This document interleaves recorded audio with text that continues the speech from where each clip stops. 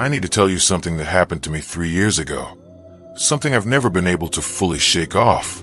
Even now, sitting here, I still check my windows before bed. Every single one. My name is Rachel, and back in 2021, I moved into a small apartment complex in Portland, Oregon. It was one of those older buildings from the 70s, 6 units total, shared laundry in the basement, paper-thin walls. The rent was cheap, and I was fresh out of college, so I didn't ask too many questions. For the first few weeks, everything seemed normal. I'd see my neighbors coming and going. A young couple on the first floor, an elderly woman who always wore purple, a guy who worked night shifts, and then there was him, Unit 4B, directly across from mine. He was probably in his late 50s, balding, with thick glasses that seemed to magnify his eyes. The first time I saw him, he was standing in his doorway, just watching me carry boxes up the stairs. He didn't offer to help, didn't wave, just stood there with this blank expression, following my movements with his head like a security camera. I started noticing him everywhere. In the parking lot when I got home from work, by the mailboxes, standing at his window when I walked to my car in the morning. The worst part, he never seemed to blink. It was a Tuesday night in October when things escalated. I was watching Netflix when I felt it. That crawling sensation on the back of your neck when you know you're being watched. I looked up and my blood went cold. He was at his window, across the courtyard, maybe 30 feet away. The lights in his apartment were off, but I could see his silhouette clearly. He was standing completely still, facing my window. I couldn't see his eyes, but I knew he was staring directly at me. My hand started shaking. I got up and yanked the curtains closed, my heart hammering in my throat. When I peeked through a gap 5 minutes later, he was still there. Same position, like a statue. The next morning, I saw him in the parking lot. When he saw me, he smiled. Not a friendly smile. Too wide, too deliberate. Like he knew exactly what he'd done to me. I installed a security camera, one of those doorbell ones. And that's when I got proof. It was 2:47 a.m. when my phone buzzed. Motion detected. I opened the app with trembling fingers, and there he was, standing outside my door. He didn't knock, didn't try to handle. He just stood there for 11 minutes before walking away. The next night, he came back. Same time, 18 minutes this time. The night after that, 23 minutes. Each night, he stayed longer. On the 5th night, I decided to confront him. When the motion alert came at 2:47 a.m., I grabbed a baseball bat and yanked open the door. He was there, inches away, so close I could smell him, a sour, stale smell that made my stomach turn. We locked eyes for what felt like an eternity. Then he smiled and whispered, just loud enough for me to hear, "I know you watch me too." I called the police. They talked to him. He told them we were friendly neighbors and that I was confused. The officer suggested I consider moving if I felt uncomfortable. I moved out 2 weeks later, broke my lease, lost my deposit, didn't care. On my last day, as I loaded the final boxes, I looked up at his window one last time. He was there, standing in the dark, watching me leave. Here's what still keeps me up at night. Before I drove away, I checked my camera footage one last time. Every single night I'd lived there, not just the weeks I'd caught him, but every single night for 3 months, there were motion alerts at exactly 2:47 a.m. I'd only installed the camera for the last 2 weeks.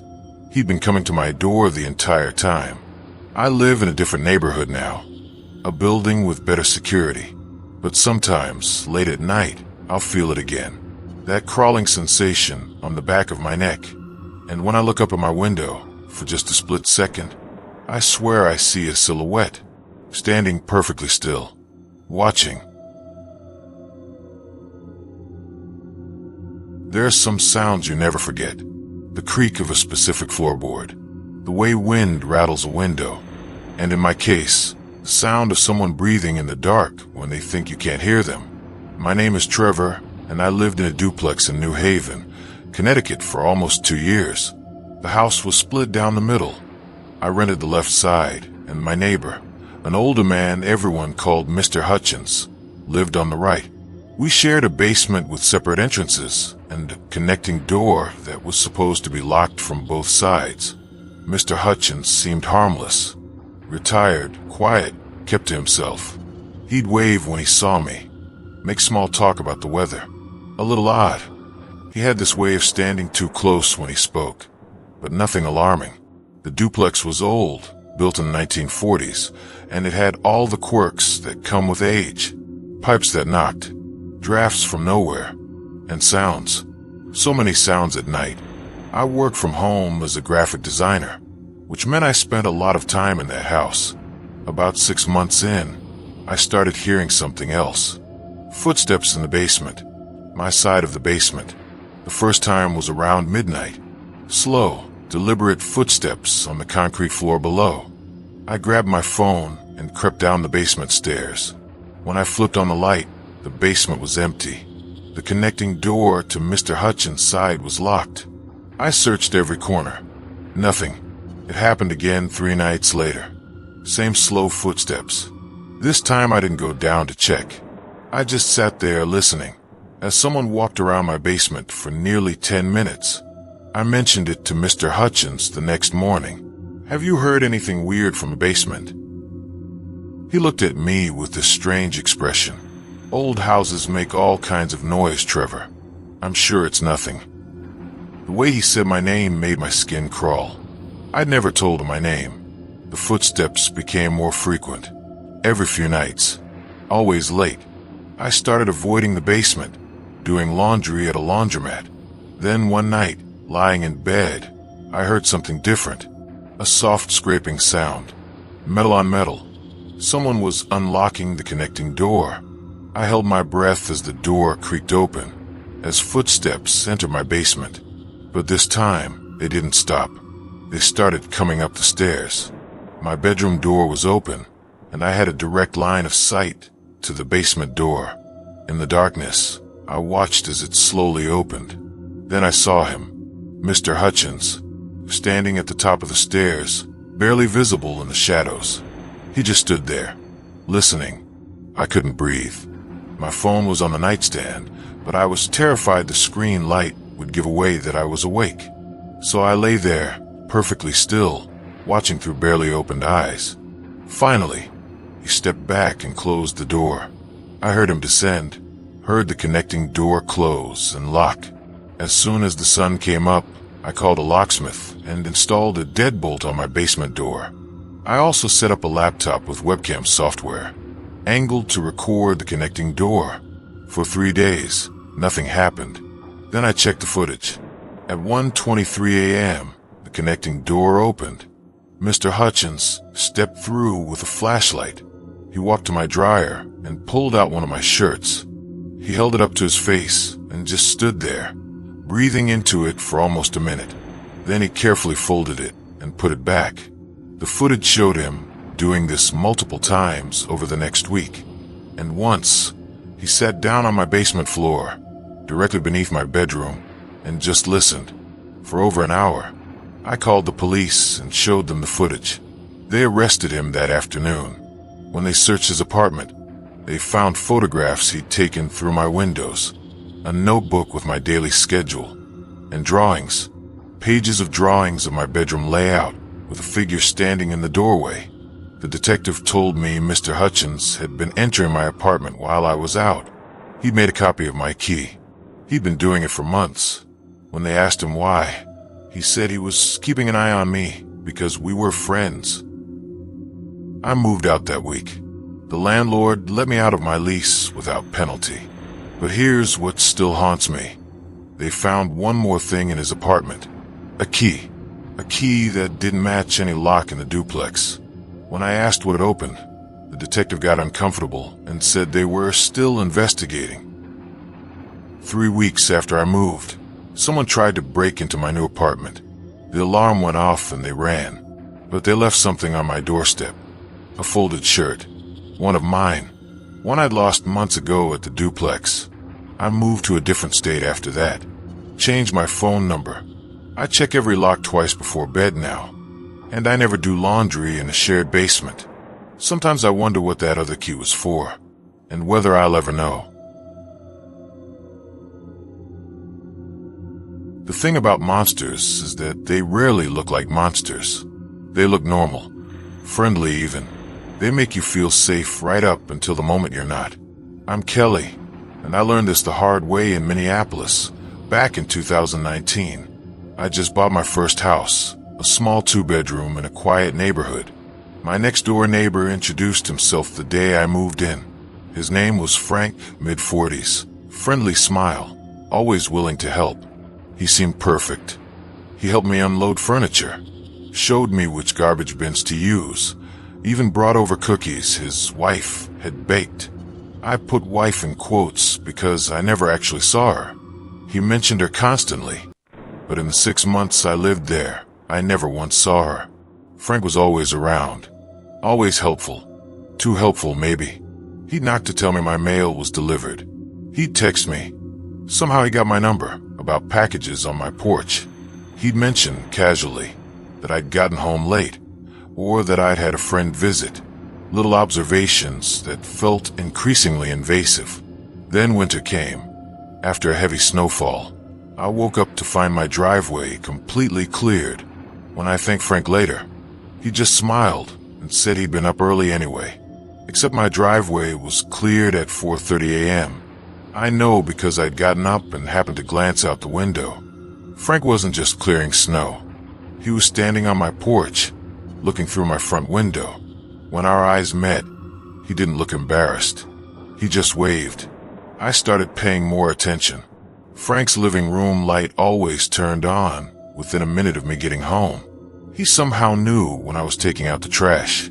The bushes between our houses had been trimmed back on his side. The worst discovery came when I looked through old photos on my phone. I'd taken a picture of my backyard after moving in. When I zoomed in, I noticed Frank's second-story window. There was someone standing there, holding binoculars or a camera, pointed at my house. I started closing all my curtains, stopped using my backyard, but the more I withdrew, the more aggressive his helpfulness became. He started leaving things on my porch, a casserole, a plant, a book. Once, a framed photo of me on my porch steps, taken from the angle of his house. That's when I set up security cameras. The first night's footage was disturbing. Frank came to my porch at 11:43 p.m. He didn't knock, just stood there for 12 minutes. At one point, he reached out and touched the doorknob, but the second night made me pack a bag and leave. At 2:17 a.m., Frank appeared in my backyard. He walked to my back door and tried the handle. Locked. He tried again, then pulled something from his pocket and started working it into the lock. I was asleep upstairs, completely unaware someone was trying to break in. The camera showed him working for almost 6 minutes before he stopped. He stood there, then turned and looked directly at the camera. He knew it was there, and he smiled. I called the police the next morning. They reviewed the footage, talked to Frank. He denied everything, said the person in the video didn't look like him. Without clearer evidence, they couldn't do much. I stayed with a friend that night. The next afternoon, I went back to pack more clothes. Frank was in his yard, waiting. He walked over as I got out of my car. "Haven't seen you around, Kelly. Everything okay?" I didn't answer, just headed for my door. "The police came by yesterday," he said, following me. "Said you had concerns?" I reached my door, my hand shaking with the key. "Kelly, if something's bothering you, you can talk to me. We're neighbors, friends." That word made my skin crawl. I got the door open, but before I could close it, Frank put his hand on it. "You know," he said, his voice dropping, "my wife used to have anxiety too. She'd imagine things, get paranoid, but she got better once she learned to trust me." That's when it hit me. I'd never seen his wife, never heard her, never seen any evidence she existed. I shoved the door closed and locked it. Through the peephole, I watched Frank stand there for a full minute before walking away. I called the police again, told them everything. They said they'd increased patrols, but couldn't arrest him for standing in his own yard. I moved out 3 days later, sold the house at a loss. I don't care, but sometimes, late at night, I wonder about Frank's wife, about what got better meant, about whether she learned to trust him, or whether she just stopped resisting. And I wonder if I was almost her replacement. Some people say you can feel when someone's watching you. I never believed that until the summer of 2020, when I learned exactly what it feels like to be prey. My name is Jordan, and I used to work night shifts at a 24-hour pharmacy in Austin, Texas. The hours were brutal, 11 p.m. to 7 a.m., but the pay was good, and the store was usually dead after midnight. Just me, the fluorescent lights, and the occasional insomniac picking up prescriptions. My apartment was a 10-minute drive from work, a small complex with maybe 20 units. I'd moved in a month before and barely knew my neighbors. I'd see them coming and going. A family with kids, some college students, a woman who always had her headphones in. And then there was the guy in 2C, right next to me. I didn't know his name, never saw him during the day, but I'd hear him at night when I got home from work. Footsteps, the sound of his door opening and closing.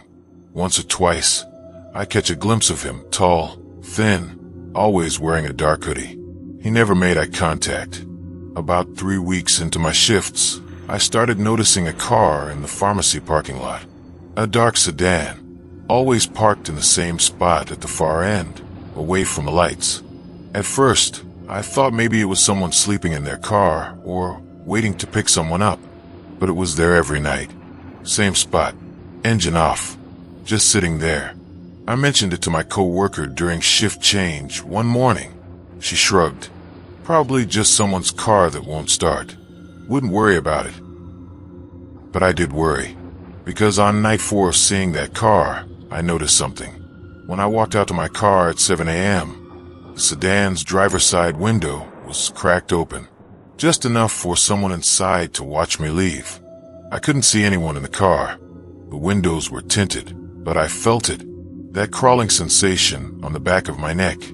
I started parking closer to the store entrance, started looking over my shoulder more, but the sedan kept showing up, every single night. Then one morning, as I was driving home, I saw it again. The sedan, 3 cars behind me. At first, I thought it was coincidence. Austin's a big city, lots of dark sedans. But when I turned into my apartment complex, so did the sedan. I parked and sat in my car, watching my rearview mirror. The sedan drove past slowly, then pulled into a spot at the far end of the lot. The engine turned off. I waited 5 minutes. 10. The sedan didn't move. Finally, I grabbed my bag and walked quickly to my apartment, my keys already in my hand. As I unlocked my door, I heard it. A car door closing. Footsteps on pavement. I glanced back and saw a figure in a dark hoodie walking across the lot. Not toward me, exactly, but in the general direction of my building. I got inside and locked the door, my heart pounding. Through my peephole, I watched the hallway. A minute later, the figure appeared. He walked past my door, and I heard the sound of key in a lock. The door to 2C opening and closing. My neighbor. The sedan was my neighbor's car. For the next week, I tried to convince myself it was coincidence. He worked nights too, probably. Same schedule. That's why I'd never seen him during the day. That's why his car was at the pharmacy. He was probably just there for the 24-hour convenience store next door. But then I saw him inside the pharmacy. It was 3 a.m., the dead zone of my shift. I was restocking shelves in the back when I felt it. That feeling. I looked up, and there he was, standing at the end of the aisle, just standing there, staring at me. We locked eyes for maybe 3 seconds before he turned and walked away. Didn't buy anything, didn't browse, just left. I checked the security footage the next morning. He'd come in, walked straight to the aisle where I was working, Stood there for almost a minute before I noticed him, then left. The timestamp showed he'd done this before, multiple times, always positioning himself where he could see me without me seeing him. I started changing my routine, taking different routes home, parking in different spots, but he always found me. The sedan would appear in my rearview mirror, 3 or 4 cars back, always keeping that distance, always following me home. I reported it to the police. They said without evidence of a direct threat, there wasn't much they could do. Following someone in public isn't illegal. Living next door isn't illegal. Just be aware of your surroundings, the officer told me. Keep your doors locked. But being aware isn't enough when someone knows where you live, when they live 20 feet away, separated by a thin wall. I started hearing things through that wall at night. Before, it had just been occasional footsteps. Now I heard other sounds. Furniture moving, something being dragged across the floor. And once, pressed against the wall we shared, I swear I heard breathing. The final straw came on a Thursday morning. I got home from work at 7:15 a.m., exhausted, ready to sleep. When I opened my apartment door, something felt wrong. Nothing was obviously out of place, but the air felt different, disturbed. Then I saw it, on my kitchen counter. A receipt from my pharmacy, for a purchase I hadn't made, but the timestamp was for my shift. While I'd been working, someone had been in my apartment, had gone to the pharmacy where I worked, bought something, and left the receipt in my kitchen like a calling card. I didn't sleep. I packed a bag, called my landlord, and told them I was breaking my lease. I didn't care about the penalty. I moved in with my sister across town that same day. I quit the pharmacy job a week later. Found something new, different hours, different part of the city. But sometimes, when I'm driving home late at night, I'll see a dark sedan a few cars back. Same make, same model. And even though I tell myself it's impossible, that it's just coincidence, I can't shake the feeling that he found me again, that he's still watching, still following, still waiting for the right moment to do whatever it is he's been planning all along.